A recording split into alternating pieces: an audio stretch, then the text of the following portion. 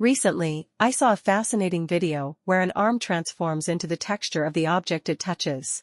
Sometimes it turns into a prickly cactus, other times into a layered pinecone. The creator claims to achieve this using ComfyUI along with AE for post-processing. I want to challenge myself and see what can be done using only ComfyUI. Breaking down the key points of this video, there are 3 main steps: accurately identifying the hand, redrawing the hand with a specific texture, and ensuring continuity between multiple frames in the video.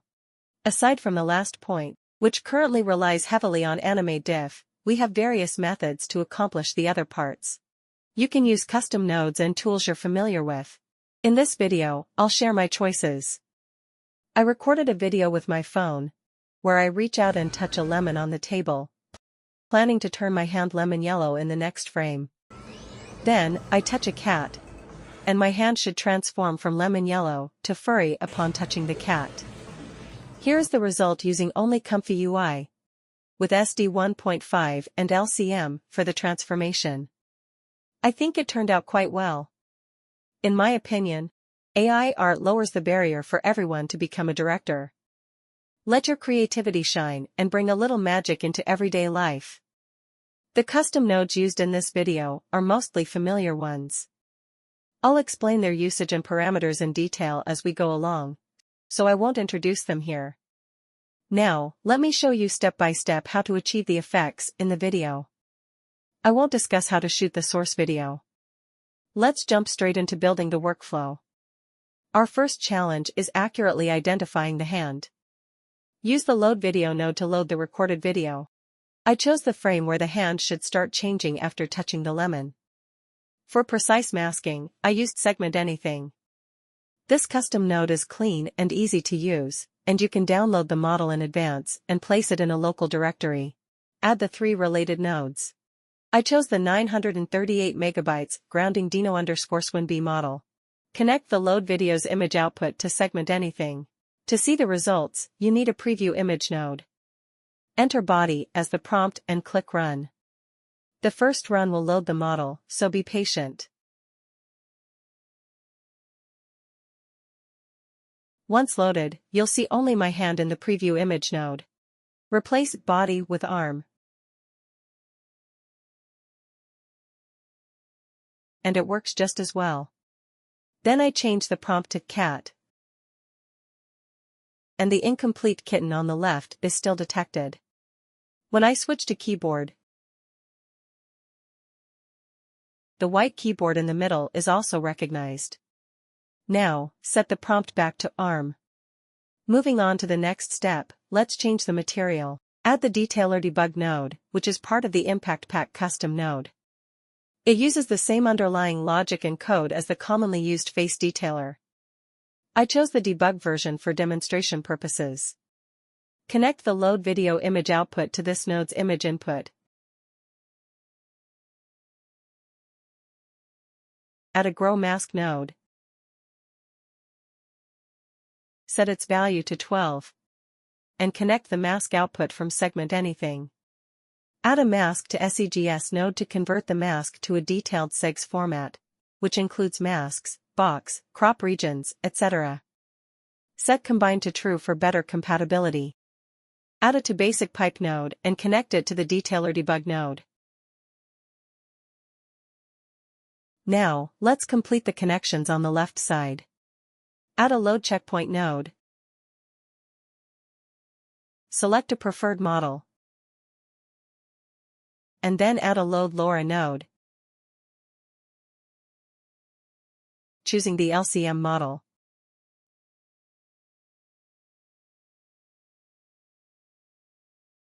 Add a load VAE node, selecting the usual 840,000 model. Move my little sheep out of the way, it's blocking me.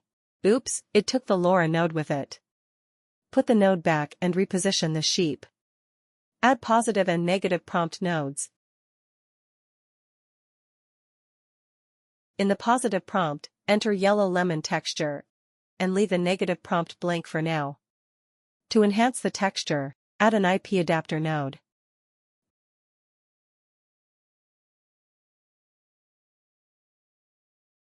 Connect it to the IPAdapter Unified Loader node. Select the plus model. And connect its model port to the LoRa node. Upload a yellow texture image as a reference.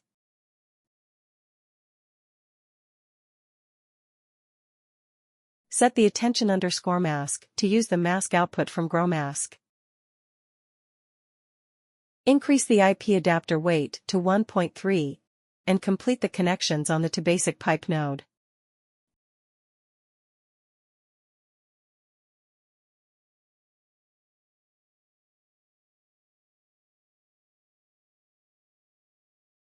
Modify parameters in the Detailer Debug node. Fix the seed. Set iterations to 8. Reduce CFG to 1.5. Use LCM with SGM_uniform sampling. Set denoise to 0.8. And increase feathering to 26. Add 2 preview image nodes to view the complete and hand-specific redraw results.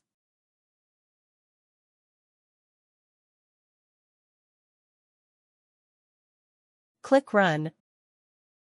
Wait a bit.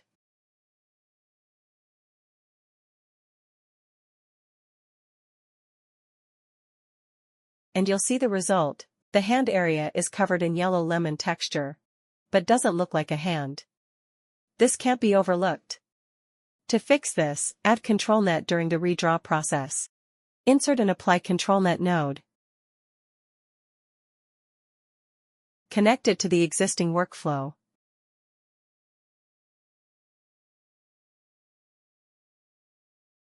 And add corresponding model nodes. Select depth for the model and use DepthAnything as the depth preprocessor. You can also use Midas or Zoe preprocessor if you do not want to download a new one, but I think DepthAnything works better. Set the depth weight to 0.4. Add another ControlNet model. Pix to Pix for redrawing with new material.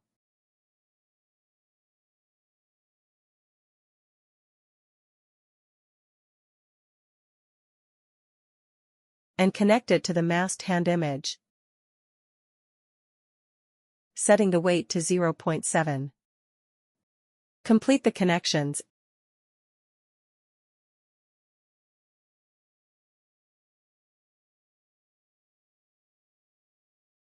And click Run.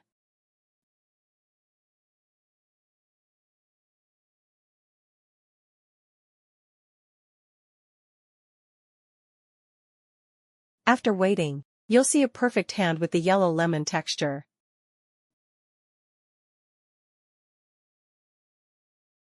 Let's try a different texture. Like a cactus. I don't know how to spell cactus in the prompt, and I'm too lazy to look it up. Anyway, with IPAdapter, I just delete the previous prompts and leave only the texture. Click Run, and soon you'll see a green, spiky cactus hand. The single image is done. But how do we handle the video? Regardless of the approach, we first need to use a workflow to break down the video, storing each frame's original image, hand image, and depth separately to avoid repeatedly extracting them for each generation. I have around 100 frames here, and after processing, they are stored in these folders. Before sharing my AnimateDiff-based solution, let's discuss 2 alternative methods without AnimateDiff. The first method is to apply the workflow we just demonstrated to each frame of the video. Then use Video Combine to merge the redrawn frames into a video. The downside of this approach is that without AnimateDiff, the redrawn parts tend to flicker and are very difficult to control. The second, simpler method is to use image paste with a mask to replace the material in each frame. Since this is purely image manipulation and doesn't involve K-sampler, it runs very quickly and doesn't flicker at all. However, the downside is that the resulting images look quite unrealistic and jarring, especially when replacing with materials that have a lot of texture, like fur. Although these methods are not ideal for this video, They might be suitable for specific scenarios like stop-motion animation. No more talking, let's get back to the previous single image workflow and start setting up my video implementation plan. First, remove the video loading node and add a load images node.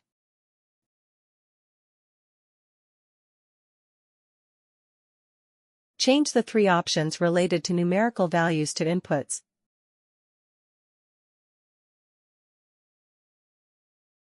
Then double-click them to create new connection points.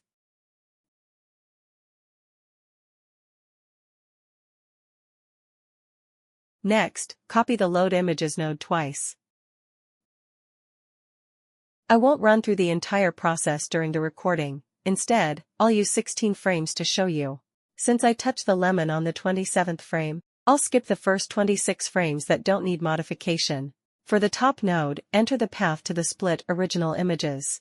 For the middle node, enter the path to the segmented hand images. For the bottom node, enter the path to the processed depth images.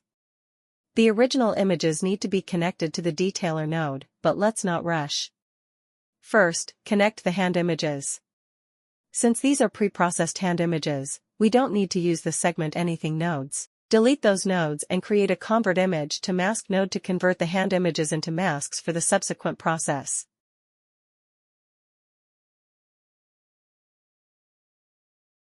The Pix2Pix ControlNet requires the hand images, and the depth requires the depth images, so connect them accordingly. AnimateDiff requires special detailer-related nodes, so replace the previous ones with mask to SEGS for AnimateDiff and detailer for AnimateDiff nodes.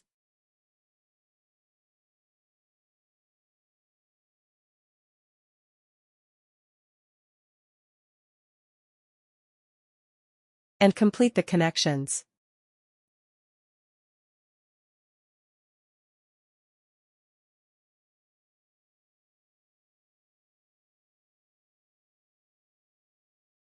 Now, let's integrate the AnimateDiff process. Add a use-evolved sampling node. Connect the model ports on both sides. And choose LCMSQRT_linear here. Then add a motion model node. Selecting SD15_T2V_beta as the motion model. Add a context node with default parameters, and then add a sample settings node, where you change the noise_type to free noise, significantly reducing flickering. Now, let's modify the other parameters. Change the reference image of IPAdapter back to the lemon texture, and also update the prompts accordingly. Then adjust the parameters in the detailer node, keeping them consistent with what was used for the single image conversion.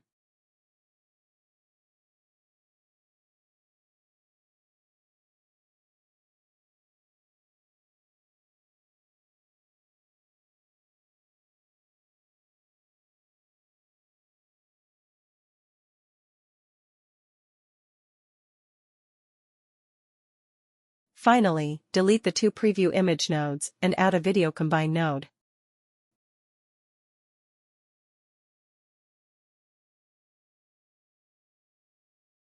Click Run and accelerate the processing. The results will show that most of the skin on the hand has been replaced with the lemon texture, but the transformation on the fingers is not ideal. This is because AnimateDiff's image generation process considers the context of adjacent frames, and Detailer also has similar settings where it needs to consider the segs of adjacent frames. It cannot accurately cover all hand areas. Would increasing the mask area solve this problem? Increase the expand value in Grow Mask to 80. Then run again. You'll see that the entire hand is covered with the lemon texture. Although the previous problem is solved, the shape doesn't look like a hand at all. So, what can we do? A simple solution is to add an image composite from Mask Batch node. This node will extract the hand from the result generated by AnimateDiff based on the mask shape and then paste it back onto the original image. Don't forget to add an image save node to save all the images. In my demonstration, I've only added the video combine node to show the comparison results later on. Complete the connections between nodes.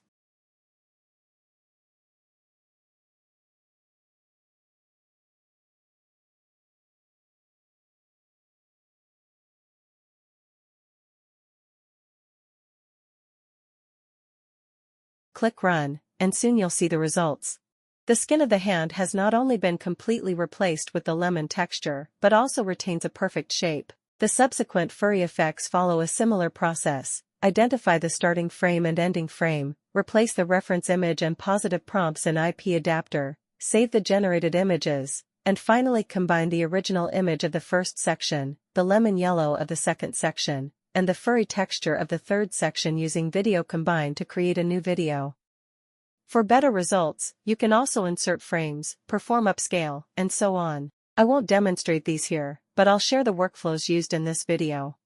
Interested viewers can download them from the link in the description. As mentioned, technology should be applied practically. I will continue exploring and sharing methods to enhance real-world videos with ComfyUI. Let's all become magicians in our daily lives. Alright, that's it for today's video. See you next time.